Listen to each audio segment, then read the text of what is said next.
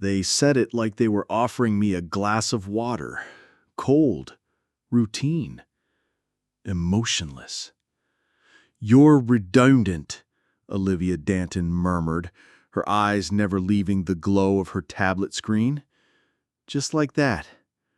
19 years at Bright Ridge Steel. Gone. In a single sentence. No handshake, no thank you, no acknowledgement of the millions I'd saved them through clean books and long nights. My name is Ronald Keene.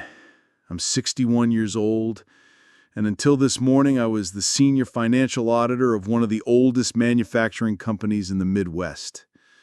I joined when we still used paper ledgers, and handshakes meant something.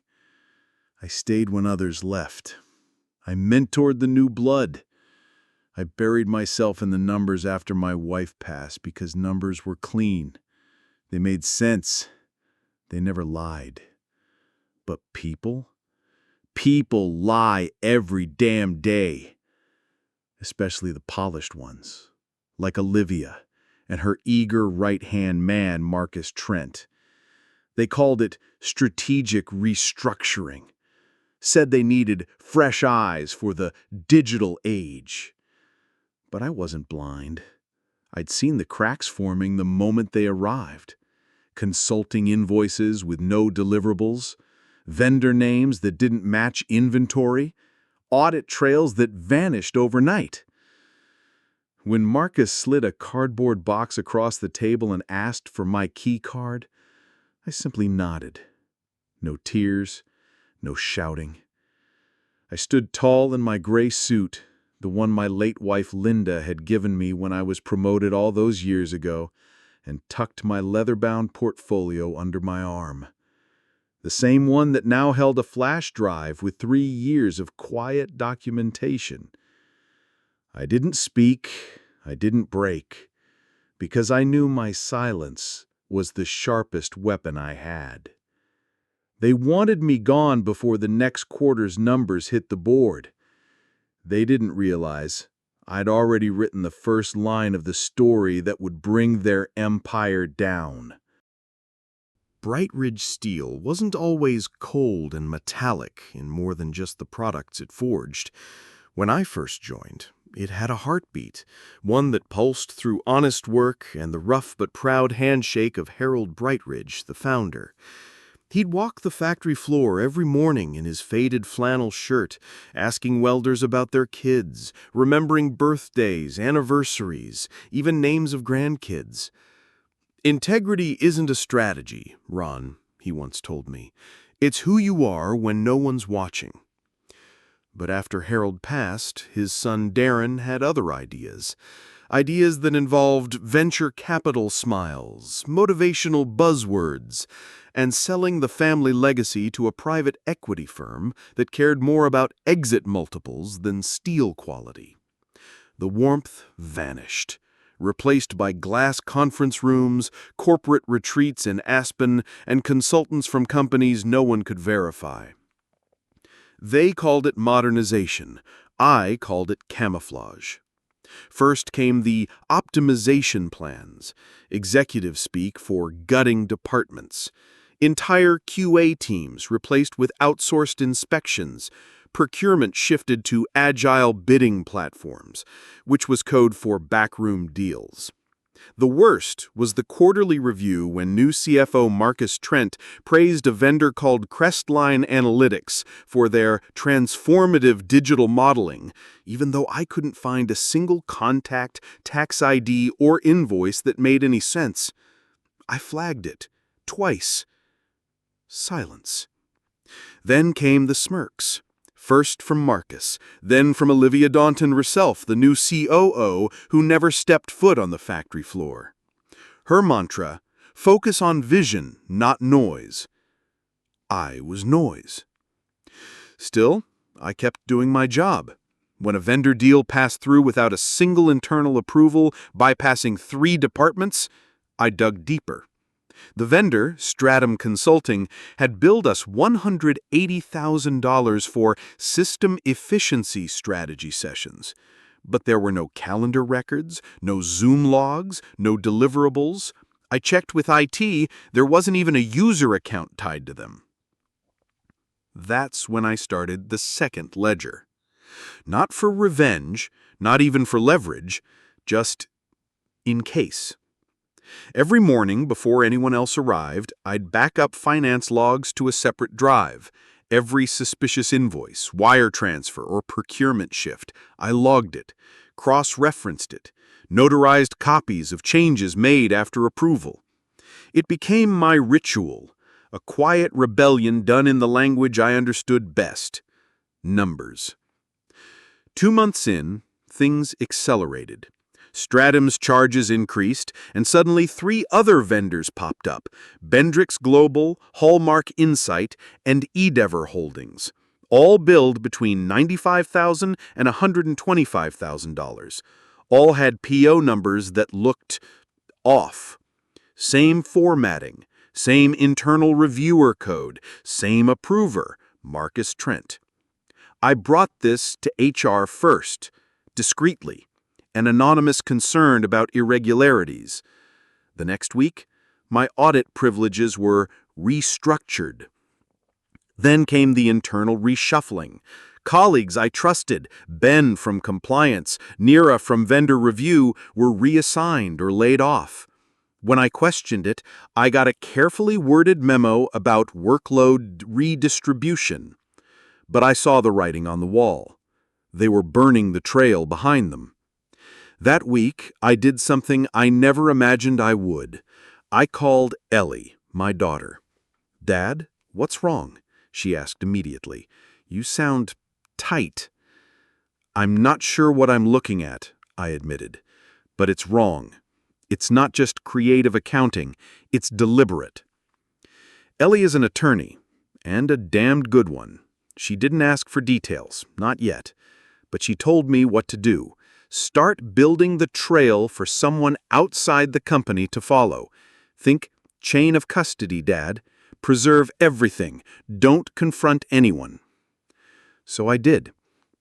I started storing copies off-site, used my old encrypted account on a secure cloud platform I'd once used for private tax clients, created a timeline, flagging when policies shifted, who signed off, what changed. Then came the final push. I received a formal notice that my role was under review for alignment with future-facing strategic needs. Same week that another invoice, this time to Endeavor Holdings, landed for $215,000. No services listed, just the phrase, "Technology Pipeline Optimization." Enough was enough. I went to Olivia, scheduled a meeting under the pretense of sharing insight on a forecast model. When I entered the room, she was already on her phone. "Ron, we're going to have to cancel." "I'll only take 3 minutes," I replied. I placed a single sheet of paper on the table. "This is a breakdown of $700,000 in vendor payments with no service records, tied to 4 companies with no verifiable tax filings." She froze. I didn't raise my voice. I didn't accuse her of anything. I simply said, "If anyone ever audits this and my name is still on the books, I'm not going down with it." That was Thursday. By Monday, I was called into a meeting. And that's where the last scene began. The cardboard box, the quiet firing, the security escort. But as I walked through the glass corridors, where they thought they had silenced the past, I held more than a leather portfolio. I held their undoing. They thought I would go quietly. That Monday morning, as I handed over my security badge and signed the voluntary separation paperwork, I could feel Marcus Trent's eyes on me from across the glass atrium. His expression was unreadable, calculated, almost bored. Meanwhile, Vanessa Danton, the company's stainless steel COO, offered me a script. "Ronald, we appreciate your contributions to Brightridge Steel, but the market is evolving. We need a team aligned with our strategic direction." Not even a handshake. Just those empty words and a security escort named Logan, who had the decency to look down as he led me past my own framed awards on the wall. But what they didn't know was this. I wasn't walking out empty-handed. Inside my leather portfolio, beneath the signed paperwork and retirement pamphlets, sat a flash drive. 2 years of digital breadcrumbs, scrubbed invoices, canceled audits, quietly rerouted payments. I hadn't taken company property. I'd preserved the truth. Every bite of it backed up to 3 separate drives, one in my home safe, one with my daughter Dana, and the last mailed to my old college roommate, Samuel Brent, now a senior investigator at the Office of Corporate Accountability. Vanessa had dismissed me like a used spreadsheet, but the real audit had just begun. That same afternoon, as I pulled into my driveway and stepped into the still silence of my kitchen, my phone buzzed. A notification from my bank. Access attempt denied. Security lock initiated. I hadn't tried to log in. Then came a flood of emails. 32 subscription services I'd never signed up for. Some as bizarre as Exotic Reptile Monthly and Love Potions of the Ancients. All required immediate payment. Then the final message arrived. Back off if you value your future. The text came from an anonymous number. No name, no signature, just one chilling line. I didn't panic. I printed everything, changed my passwords, activated the dead man switch I'd written years ago. If I didn't log in every 48 hours, the entire contents of the flash drive would be emailed to the Department of Justice, the SEC, and 3 financial journalists I trusted. Still, I couldn't shake the feeling that the walls had ears. My backyard lights flickered that night. A car I didn't recognize idled across the street for 2 hours, engine purring in the cold like a predator waiting for weakness. I didn't sleep. I watched from my office window with the lamp off, Dana's old softball bat resting across my lap. The next morning, Dana called. "Dad, I checked the severance language you forwarded. It's aggressive, overreaching, and legally thin. They're scared." "Of what?" I asked. "Of what you know." She was right. If it had just been about restructuring, I'd have gotten the standard package, not a gag order disguised as gratitude. They wanted me muzzled. Quickly. That same day, Samuel Brent called back. "Ron, I reviewed the first wave of files. This isn't small. There are kickbacks, falsified certifications, and what looks like laundering through multiple shell entities." "I suspected," I said quietly, "but I needed someone like you to confirm it." "Someone tipped you off?" "Just the numbers." There was a pause. Then, "Be careful. This isn't just internal fraud. It crosses into federal jurisdiction. If those shell companies are tied to contracts, especially defense-related ones, it could blow wide open." And that's when I remembered. A vendor file buried in the Hallmark Inside folder. A memo I flagged months ago about compliance expediting for a Department of Transportation project. At the time, the line item was vague, padded, but didn't scream fraud. Now in context, it was radioactive. I forwarded the document to Samuel immediately. Within 24 hours, the DOJ called, then the Securities and Exchange Commission, then a special agent from the Defense Procurement Fraud Division. The fuse was lit. 3 days later, Vanessa showed up. Not at the office, but on my front porch. She wore a cream coat over a designer blouse and carried a thick envelope. Her smile was the kind reserved for lawyers and snakes. "I wanted to check in on you, see if you're adjusting to the transition." I didn't invite her in. She held out the envelope. "An updated severance offer. 2 years of full pay and benefits retroactive. All we ask is that you sign this mutual non-disclosure agreement and non-disparagement clause." I flipped through the pages without reading. "Very generous," I said, keeping my voice even. "But I'm not signing anything." Ronald, you've always been professional. This isn't how you want to end your career. No, I agreed, which is why I'd rather not be remembered for staying silent. Her jaw clenched. You're playing with fire. I smiled gently. I don't play. I document. She left without another word. That night, the car returned. Only this time it didn't park. It circled twice and sped off. The next morning, my mailbox was open, its contents shredded. But I didn't flinch. The war had changed. It wasn't just corporate backstabbing now. It was systemic rot. And I wasn't alone anymore. Samuel sent a secure courier that evening. Inside the package were detailed affidavits, chain of custody forms, and a letter from the Department of Justice requesting my cooperation in a formal investigation. I signed them all. The quiet accountant they forced out with a cardboard box now stood at the center of a federal probe. And I hadn't even revealed the worst yet. 3 days after Vanessa's veiled threat and the car surveillance returned, I got a message that didn't come from any federal agency or lawyer. It came from within the belly of the beast. Camille Ortega was a junior analyst, one of the quiet numbers-first types who never got credit, but always knew where the bodies were buried in the spreadsheets. I remembered mentoring her once, years ago, before the reorg demoted her to a glorified data entry clerk. Her message was short. You were right. I have something you'll want to see. Meet me off-site. We met at a bookstore cafe 2 towns over. She looked nervous, glancing over her shoulder even as she handed me a worn folder. Inside were printed email chains, time-stamped system logs, and expense reports.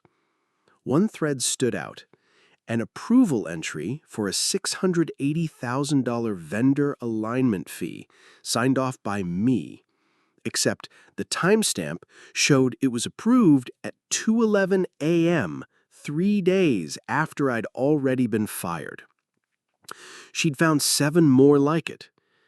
They're forging approvals to plug holes, she whispered, especially on the accounts related to Hallmark and Verticon. She sipped her coffee, hands shaking. But that's not the worst of it. She slid her phone across the table, showing me a web of names and wire transfers tied to a fake contractor called Green Line Systems. The recipient? Brett Danton's brother, under a shell corporation out of Delaware. They're laundering money through consulting and legal retainer lines, Camille said.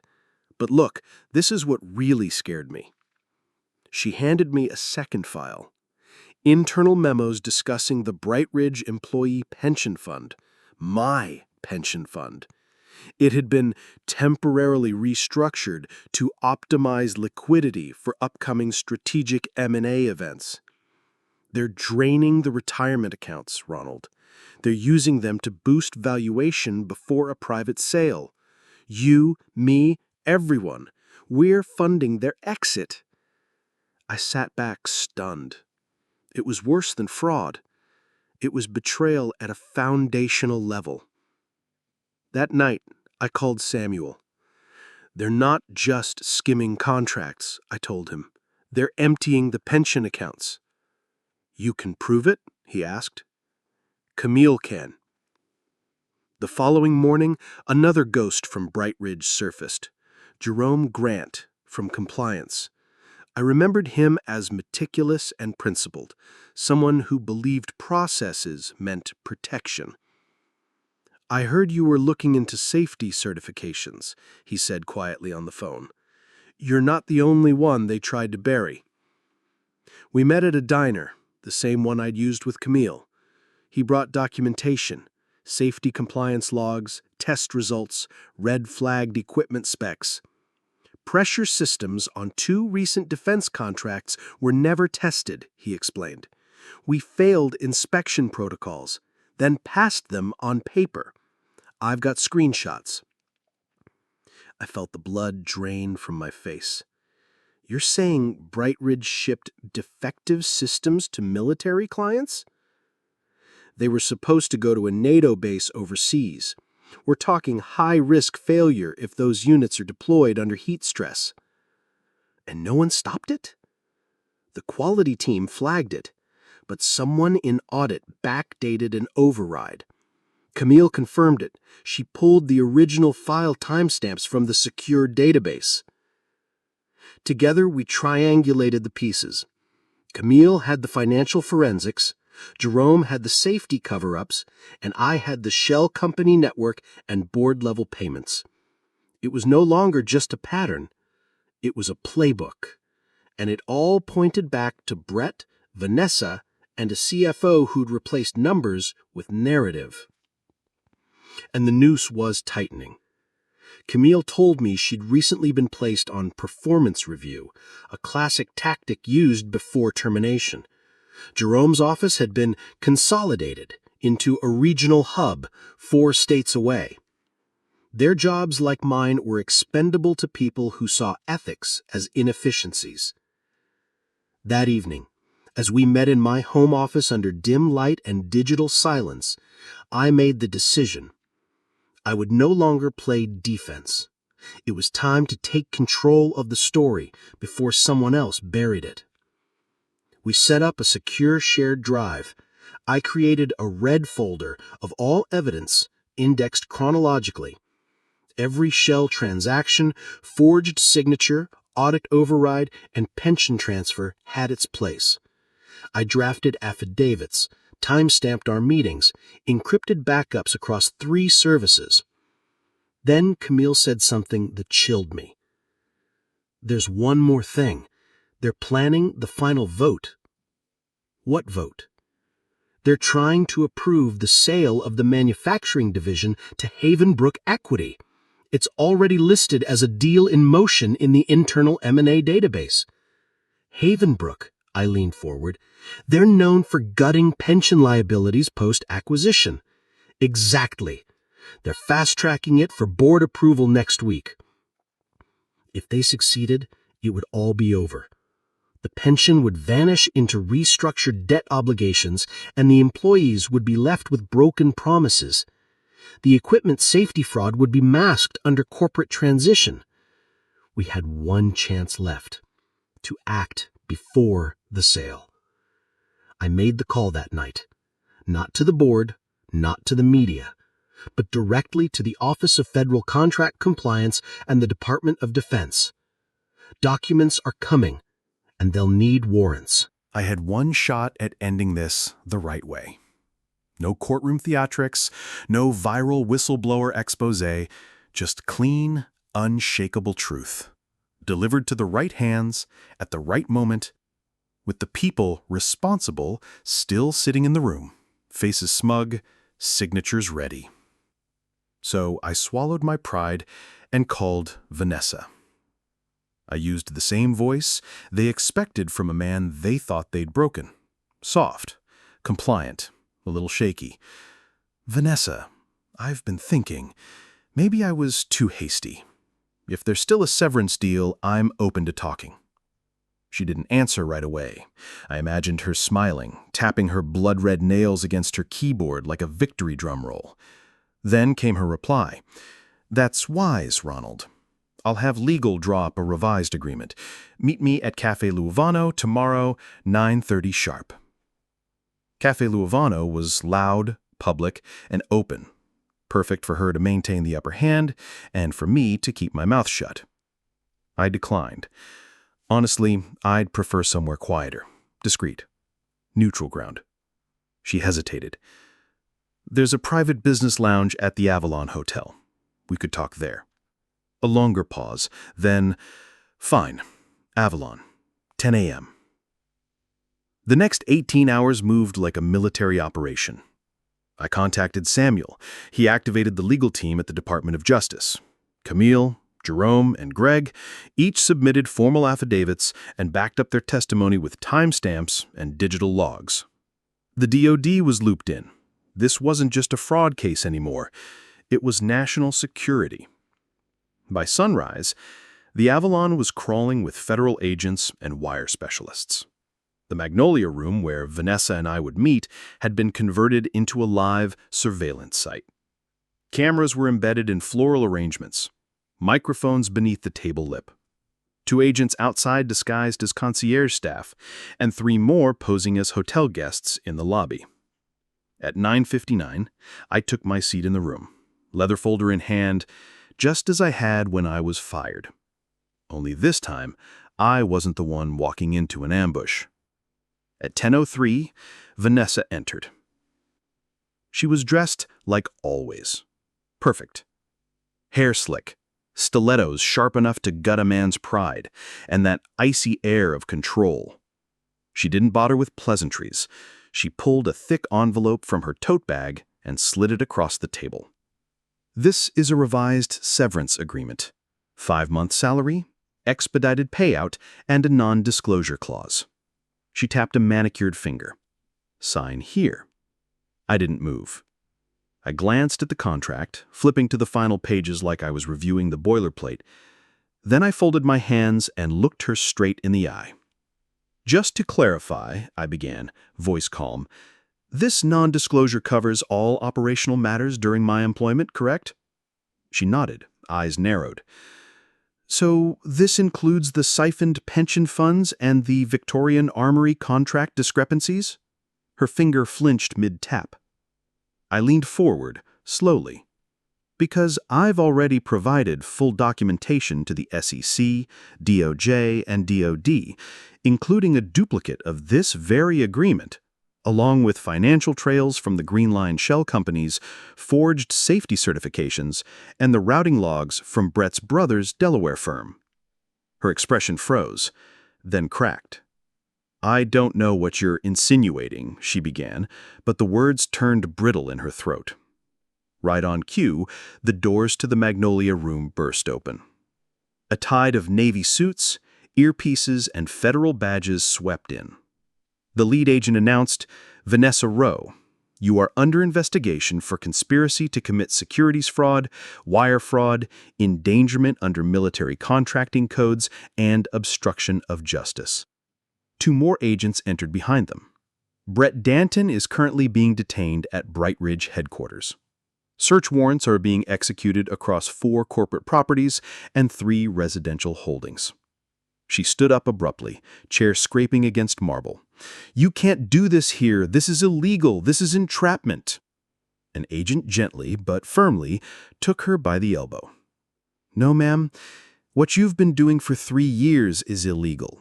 This meeting was voluntarily entered, and it was enlightening. She shot me a look, cold, vengeful, and wounded, but she didn't speak another word. I didn't smile, not even a flicker. This wasn't triumph. This was justice. As she was led out, her attorney scrambling behind her, I closed the contract folder she'd brought and stood quietly. I stepped out of the Magnolia Room, down the hallway of a hotel that would remember this day long after the news cycle ended. No one clapped. Justice doesn't need applause. Outside, the autumn wind felt different, cleaner, heavier somehow, like the weight of decades finally lifting from my shoulders. I walked to my car, hand steady, heart calm. That night, I received a simple text from Camille. We're safe. It's over. But I knew it wasn't just over. It was the beginning of a new standard for all the people like me who thought the numbers only mattered until someone with a title decided they didn't.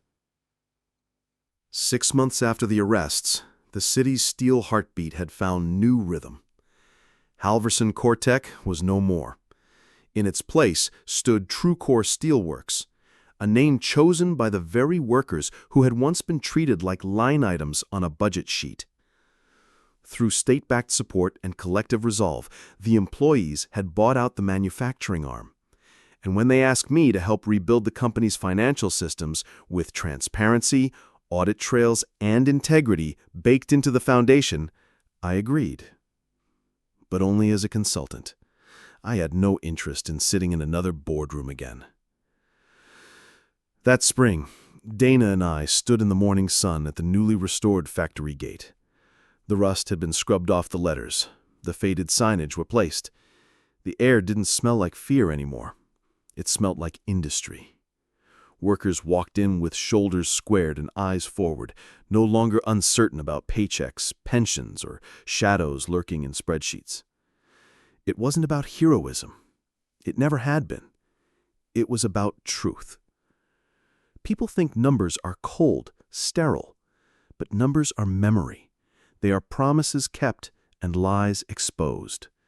And sometimes, when the powerful rewrite the narrative, it's the person with the ledger, not the loudest voice, who makes sure the story stays honest. Vanessa and Brett would face their trial. The Department of Defense had moved to permanently bar their companies from bidding on federal contracts. Several pension funds were being replenished under federal supervision. And the press, they'd moved on. That was fine. Headlines fade, but the scars remain as reminders. Dana squeezed my hand as we watched the first shift roll in. You didn't burn the house down. You rewired the foundation. And maybe that's all I ever wanted. To leave something cleaner than I found it. Not revenge, not fame. Just the truth standing tall.